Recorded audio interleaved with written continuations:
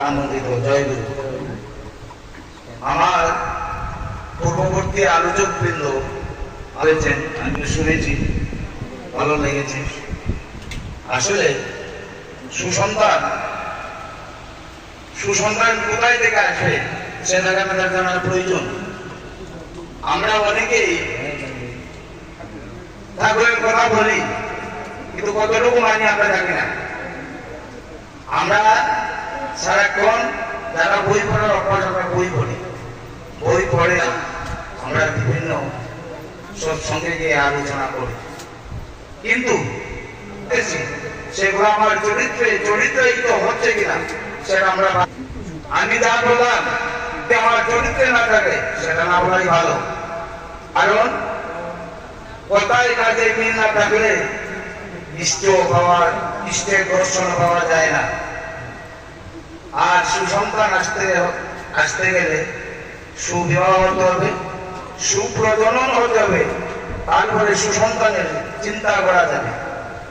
আগে সুবিবাহ, আজকে ব্যবস্থা শুরু হচ্ছে, কাকে কে বিয়ে করছে, কোথায় বিয়ে হবে সেই ব্যাপারে আমাদের এখন পর্যন্ত বোধগম্য হয় না। বিয়ে নারী আর পুরুষ মিলে বিয়ে হলেই হলো, কিন্তু আমাদের শাস্ত্রে তো এমন বর্ণনা দেওয়া নেই।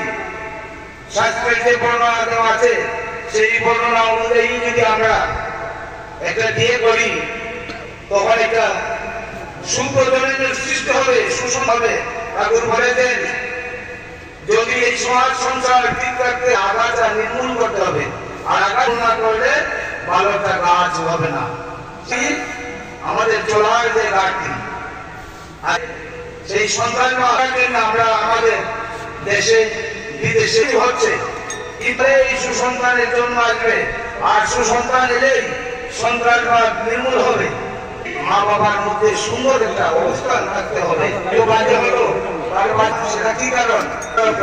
সেই দুষ্টাকি সেই সন্তানের আমাদের মধ্যে যে ভাব থাকবে, অভাব থাকবে। একটা সন্তান সহায়, তার দ্বারা সম্ভব হয় না। যেমন কবিগঞ্জ মৃত্যুবরণ করেছেন, তার পরিবারের কি হয়েছিল, স্ট্রোক করেছে, সেজন্য তার ছেলেটা প্রতিনিয়ত অসামাজিক কাজে লিপ্ত থাকে। ওই চিন্তা করতে করতে ওই দাদা দেহত্যাগ করলো।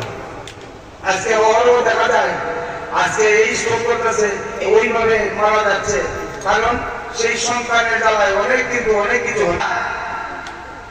যেহেতু সৎসঙ্গী, তাইলে সুসন্তান আনয়ন করা সম্ভব হবে।